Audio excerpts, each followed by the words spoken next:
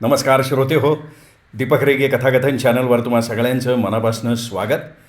श्रोते हो, आजपासून तुम्ही ऐकणार आहात अभय बापट यांची आणखीन एक रहस्य कथा. इन्शुरन्स.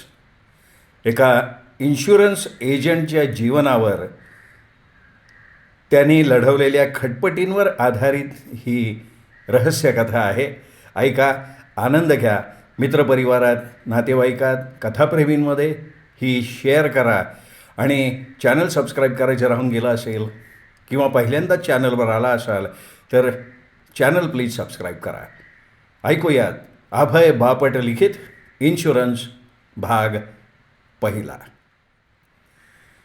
विमा एजंट हिमांशू हळदणकरनं त्या घराची बेल वाजवली. दारातून एक नोकराणी डोकावली. मिस्टर निरगुडकर आहेत का? आपण कोण म्हणायचं? मी हळदणकर, हिमांशू हळदणकर. कशासाठी भेटायचे? वैयक्तिक काम आहे. हिमांशू हळदणकरच्या कामात घरात शिरणं हा सगळ्यात अवघड भाग होता आणि योग्य क्षण येईपर्यंत तो खरं कारण सांगत नसे. माफ करा मला, पण नेमकं काम काय आहे ते सांगितल्याशिवाय मी आतमध्ये मालकांना विचारू शकत नाही ना, ती म्हणाली. अशावेळी काय बोलावं हेच कळत नाही. वैयक्तिक काम आहे असं म्हणत राहिलं तर संशय वाढतो. खरं सांगितलं तर ती आत जाऊन नाही येत असं सांगत परत येईल, जे प्रत्येक विमा प्रतिनिधीला टाळायचं असतं. थांबतो म्हटलं तर स्वतःचा कमीपणा येतो आणि मार्केटिंगमध्ये ते उपयोगाचं नसतं. एकदा आज शिरलं की पुढचं काम सोपं. समोरच्याला ऐकायलाच लागतं. ठीक आहे, मिस्टर निरगुडकरांना सांगितलं होतं मी येईन, पण असू दे आता, येईन पुन्हा कधीतरी मी, तो म्हणाला. हे अर्धवट खरं होतं.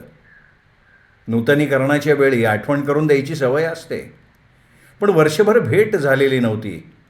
तरीही त्यांनी ते जुन्या ओळखीचं वाटेल असं सांगितलं आणि थोडीशी नाराजी व्यक्त केली. पण ते कामाला आलं. तिच्या चेहऱ्यावर काळजी दिसायला लागली. ती म्हणाली, बरं मग आत या. तो आत गेला. फर्निचर दिसायला छान पण बसायला कडक. मोठा गालीच्या, लाल मखमली पडदे सगळीकडे असतात तसे. भिंतीवर नक्षीदार कापडी सजावट, खिडक्या आणि हॉलकडे जाणारा दरवाजा. एक स्त्री समोर उभी होती. हिमांशू हळदणकरनं तिला यापूर्वी कधी पाहिलं नव्हतं. वय 30-32च्या आसपास. गोड चेहरा, फिकट निळे डोळे आणि थोडे धुळकट सोनेरी केस. अंगानं बारीक. निळ्या रंगाचा घरगुती पोशाख घातलेला, चेहऱ्यावर थोडासा फिक्कटपणा. मला मिस्टर निरगुडकरांना भेटायचं होतं, तो म्हणाला. ते आत्ता घरी नाही आहेत, पण मी मिसेस निरगुडकर. मी काही मदत करू शकते का? आता खरं सांगण्याशिवाय पर्याय नव्हता. माझं नाव हळदणकर, हिमांशू हळदणकर, निष्ठा विमा कंपनी.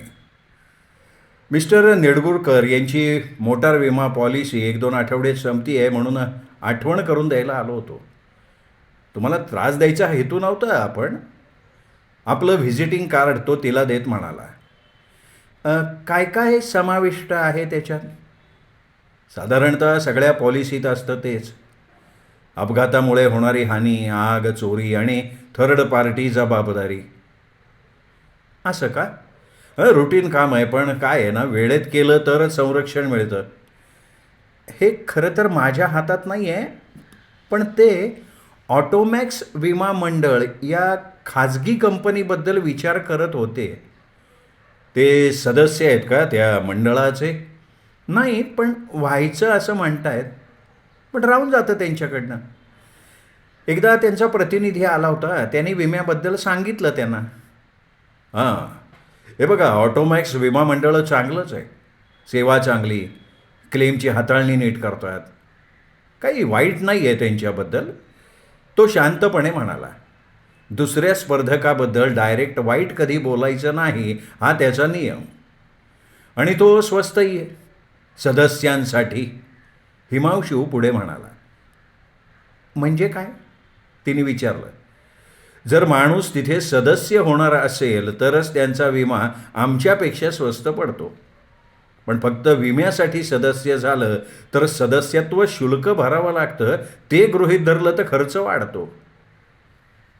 त्यावर ती बोलत राहिली, पण हिमांशू हळदणकरला तिच्या बोलण्यावरनं काहीतरी वेगळं जाणवत होतं. ती खरंच त्या ऑटोमॉक्स विमा मंडळाबद्दल उत्सुक नव्हती. ती बोलत होती ते फक्त वेळ काढणं होतं. कदाचित मोबदल्यातून काही हिस्सा मागण्याचा विचार असेल, असं बरंच चालतं.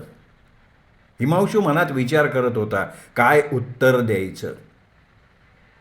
ती खोलीत फिरत होती आणि तेव्हाच त्याच्या लक्षात आलं, त्या निळ्या कपड्याखालून दिसणारी तिची शरीराची ठेवण ती एखाद्याला वेड लावेल अशी होती.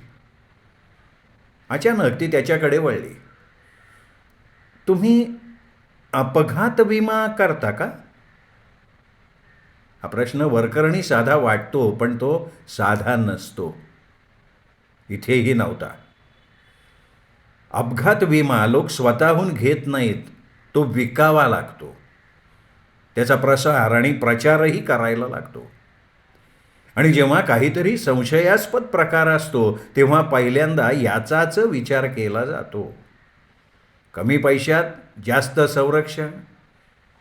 आणि ज्याच्या नावाने पॉलिसी काढली आहे त्याला कळेलच असं नाही ना.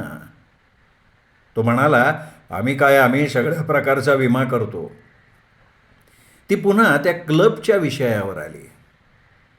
तो तिच्याकडे बघणं टाळत होता, पण जमत नव्हतं. शेवटी ती बसली. हळदणकर, मी मिस्टर निरगुडकरांशी याबद्दल बोलू का? तिने विचारलं आणि तो चकित झाला. नक्कीच, तो म्हणाला. वेळ वाचेल? हां, पण त्यांनी लगेच निर्णय घ्यायला हवा. हिमांशू म्हणाला, पण तिने वेगळंच सांगितलं. आम्ही आधी बोलून घेतो, मग तुम्ही त्यांना भेटा. उद्या संध्याकाळी 7:30 चालेल का? हो, चालेल की. ठीक आहे, मी वाट बघते, ती म्हणाली. हिमांशू हळदणकर गाडीत बसला आणि स्वतःलाच मूर्ख ठरवत राहिला. तिच्या फक्त एका कटाक्षामुळे आपण ढासळलो म्हणून. ऑफिसमध्ये परतल्यावर कळलं की कृतज्ञ किरपेकर त्याला शोधत होता. कृतज्ञ किरपेकर क्लेम विभागाचा म्हणजे दावे विभागाचा प्रमुख होता. जगातला सगळ्यात कटकट्या माणूस. एखादी साधी गोष्ट असली तरी 10 वेळा पडताळून पाहणारा. पण खोट्या दाव्यांच्या बाबतीत मात्र एकदम अचूक. त्यातला घोळ बरोबर शोधून काढायचा. हिमांशू हळदणकर आत गेला आणि कृतज्ञ किरपेकर लगेच भडकला. 6 महिन्यांपूर्वीची एक ट्रक पॉलिसी आणि त्या मालकाने स्वतःच ट्रक जाळून क्लेम करण्याचा प्रयत्न केलेला होता. हिमांशू हळदणकरनी मध्येच हस्तक्षेप केला. पुढे काय घडणार होतं ते अजून उलगडायचं होतं. हिमांशू म्हणाला, तू माझ्यावर का कुरकुरतोयस? मला ती केस आठवतीये आणि मला अगदी स्पष्ट आठवत आहे.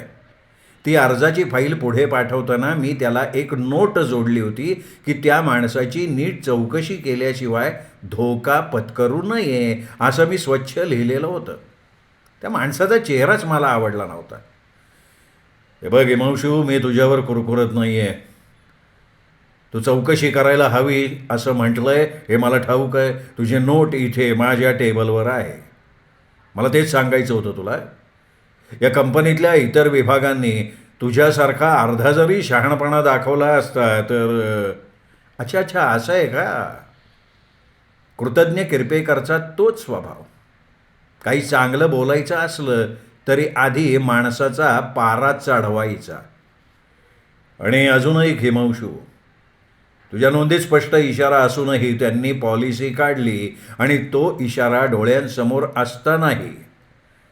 परवा जेव्हा ट्रक जळाला, मी दुपारी टोईंग गाडी पाठवली नसती, ट्रक ओढून बाहेर काढला नसता आणि इंजिनाखाली लाकडाच्या भुशाचा ढीग सापडला नसता तर आपल्या बॉसने तो दावा सहज मंजूर करून टाकला असता. ट्रक मालकाने स्वतः आग लावली होती हे तिथेच उघड झालं होतं.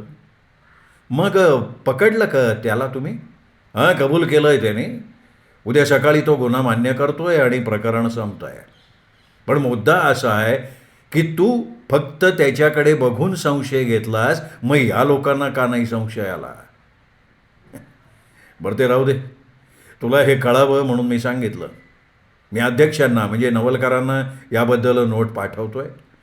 माझ्या मते ही गोष्ट कंपनीच्या अध्यक्षांनी स्वतः पाहायला हवी.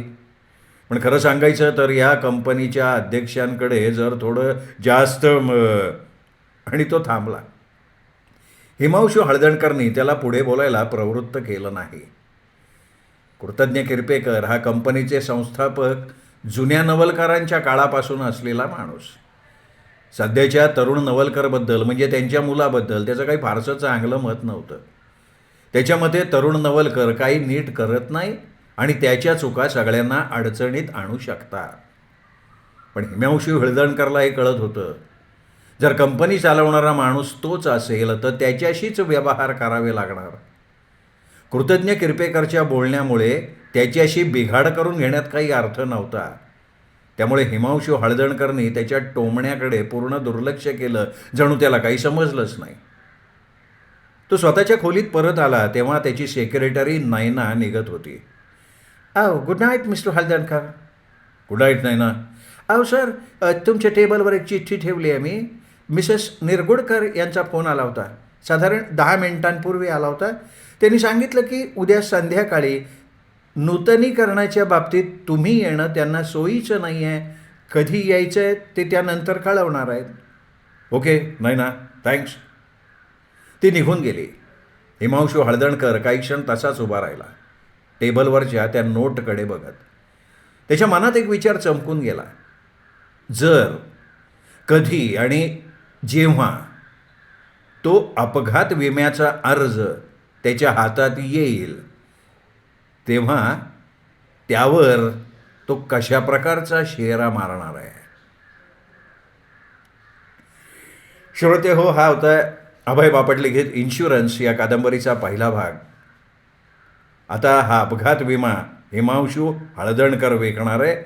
पण तो अर्ज त्याच्यासमोर आल्यानंतर तो काय शेरा मारणार आहे हे आपल्यासाठी उत्सुकतेचं असणार आहे. ऐकूयात पुढच्या भागात, अर्थात भाग 2 इन्शुरन्स. लेखक अभय बापट.